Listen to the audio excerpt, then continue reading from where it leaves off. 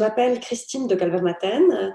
Je vais vous parler de la tétrasomie X, qu'on appelle aussi syndrome 48XXXX. Et c'est ma fille Julie, qui va avoir 22 ans, qui est porteuse de cette maladie.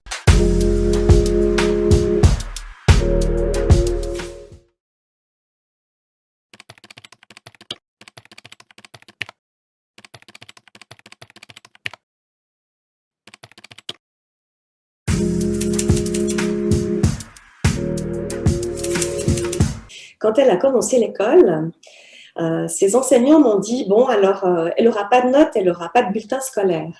Moi, j'étais interloquée, je me suis dit, mais qu'est-ce que c'est que ça?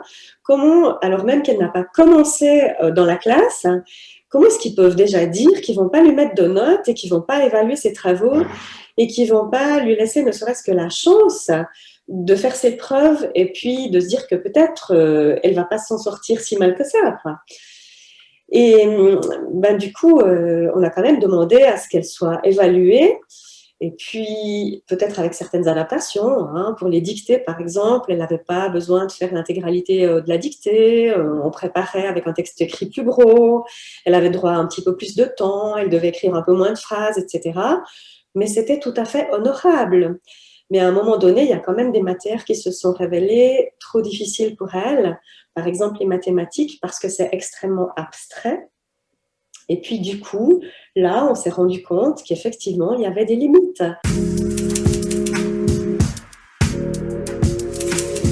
Ça va dépendre de l'âge qu'elle avait, parce qu'il y a eu plusieurs phases dans ses contacts sociaux, j'ai envie de dire. Alors, la phase avant l'école, c'est-à-dire entre le moment où elle a été diagnostiquée, c'est-à-dire juste avant ses 2 ans, et puis l'entrée à l'école enfantine, comme on appelle chez nous, à 4 ans, eh bien, ça a été 2 ans extrêmement compliqués et difficiles parce qu'on a mis en place une série de prises en charge paramédicales énormes avec des traitements de physio, donc de kiné, mais aussi de logopédiste, comme on dit chez nous, donc orthophoniste, et puis encore d'autres prises en charge, ce qui fait qu'à l'âge de 3 ans, entre la socialisation et les prises en charge paramédicales, elle avait 8 fois par semaine ou 7 fois par semaine, je ne sais plus exactement, elle était occupée par des thérapies. Donc du coup, ça voulait dire que, heureusement, on venait de déménager en ville hein, quand on a su tout ça, par chance. Et on avait à peu près tous les professionnels pour la prise en charge qui étaient sur place. Mais ça voulait dire que ça relevait du casse-tête pour la conduire à ces rendez-vous et continuer à mener une activité professionnelle pour moi. Et moi, j'ai jamais pu, par la suite, pendant une bonne douzaine d'années, développer mon activité professionnelle comme je l'aurais souhaité. Et je travaillais uniquement 1 jour par semaine et c'était déjà compliqué de travailler 1 jour par semaine. Donc pendant cette phase-là, c'était vraiment un agenda de ministre, ce qui est complètement un non-sens à cet âge-là. Et ensuite, quand elle a commencé l'école, eh bien là, ça a été une période magnifique, j'ai envie de dire. Pendant 6 à 8 ans, ça a été une période très belle. Les 3 premières années, elle était dans une classe d'école enfantine avec une maîtresse extraordinaire, une maîtresse ouverte, une maîtresse accueillante, qui faisait pas de différence, mais qui était connue dans toute la ville, hein, qui avait déjà sa réputation avant. Et quand j'ai su que notre fille pourrait être scolarisée dans sa classe, je n'ai pu que m'en réjouir parce que c'était évident que ça allait bien se passer et ça s'est bien passé. Du coup, elle était invitée au goûter d'anniversaire, aux fêtes. Tout se passait pour le mieux dans le meilleur des mondes, très clairement. Là, c'était vraiment une période de rêve.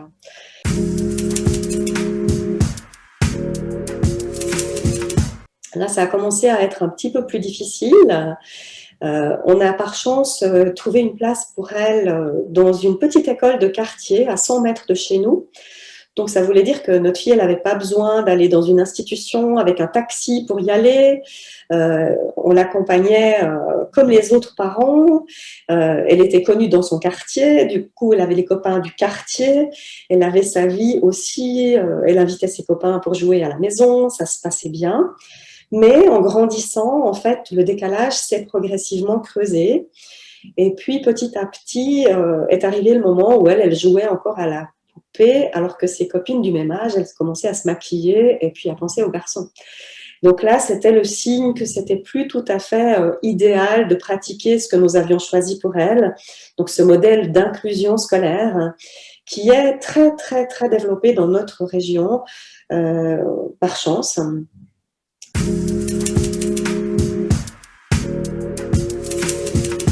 Et nous, on peut que se réjouir qu'elle ait pu bénéficier de cette inclusion scolaire. Parce que pendant toutes ces années, notre fille, elle a reproduit ce qu'elle voyait faire par les autres enfants.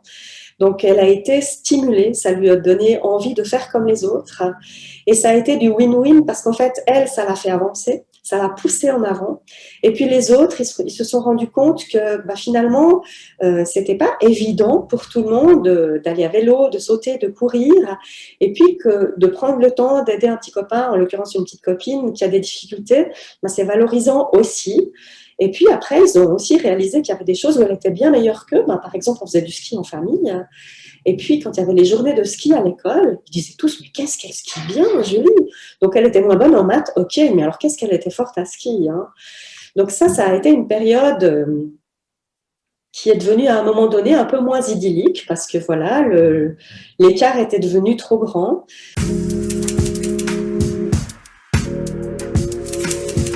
On a été tous du même avis au même moment, soit nous comme parents, mais aussi les enseignants, tous les gens qui s'occupaient de la prise en charge, pour dire que voilà, c'était le moment de changer de système scolaire.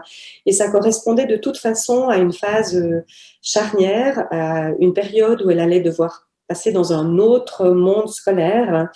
Et là, elle a intégré ce qu'on appelle des classes d'adaptation qui physiquement se trouvaient dans un établissement ordinaire, mais simplement dans la classe où elle était, il y avait un plus petit effectif en termes d'élèves, avec davantage d'enseignants et d'enseignants spécialisés, et puis des stagiaires aussi qui étaient là. Donc, beaucoup plus d'attention et de suivi de la part des enseignants, beaucoup plus d'aménagement en termes de scolarisation, et des apprentissages beaucoup plus orientés vers la pratique, par exemple, prendre le train, lire un horaire, faire des courses, des choses qui concrètement allaient beaucoup plus lui servir dans sa vie quotidienne à l'avenir.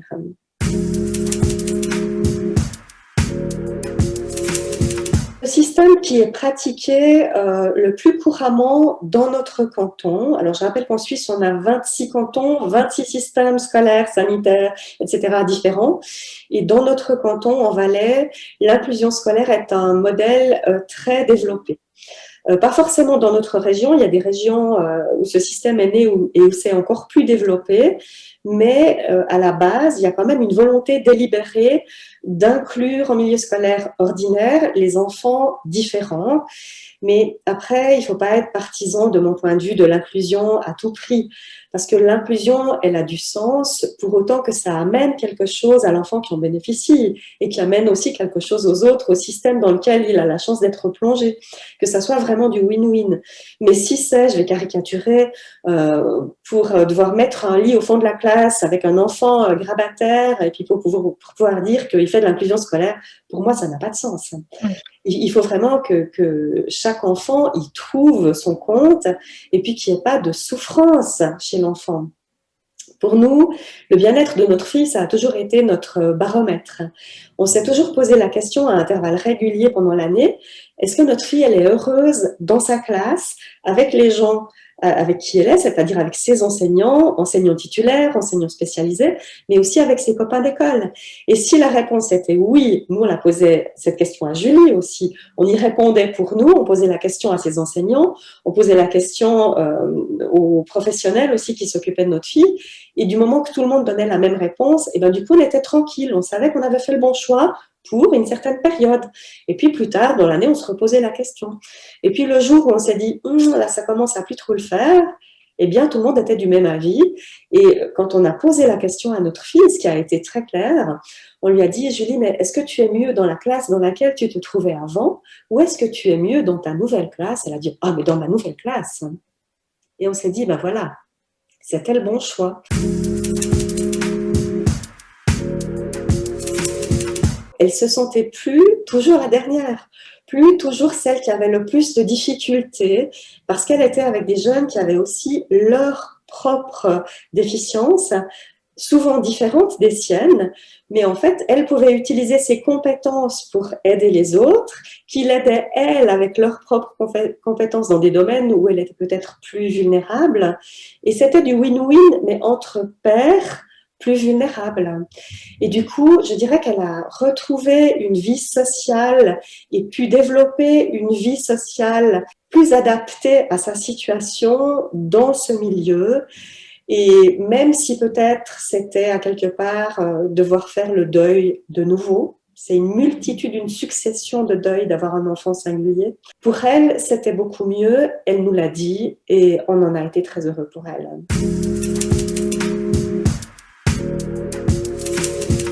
Il y a en fait une espèce de trou qui risque de se produire suivant les endroits où on habite, entre 16 ans et 18 ans.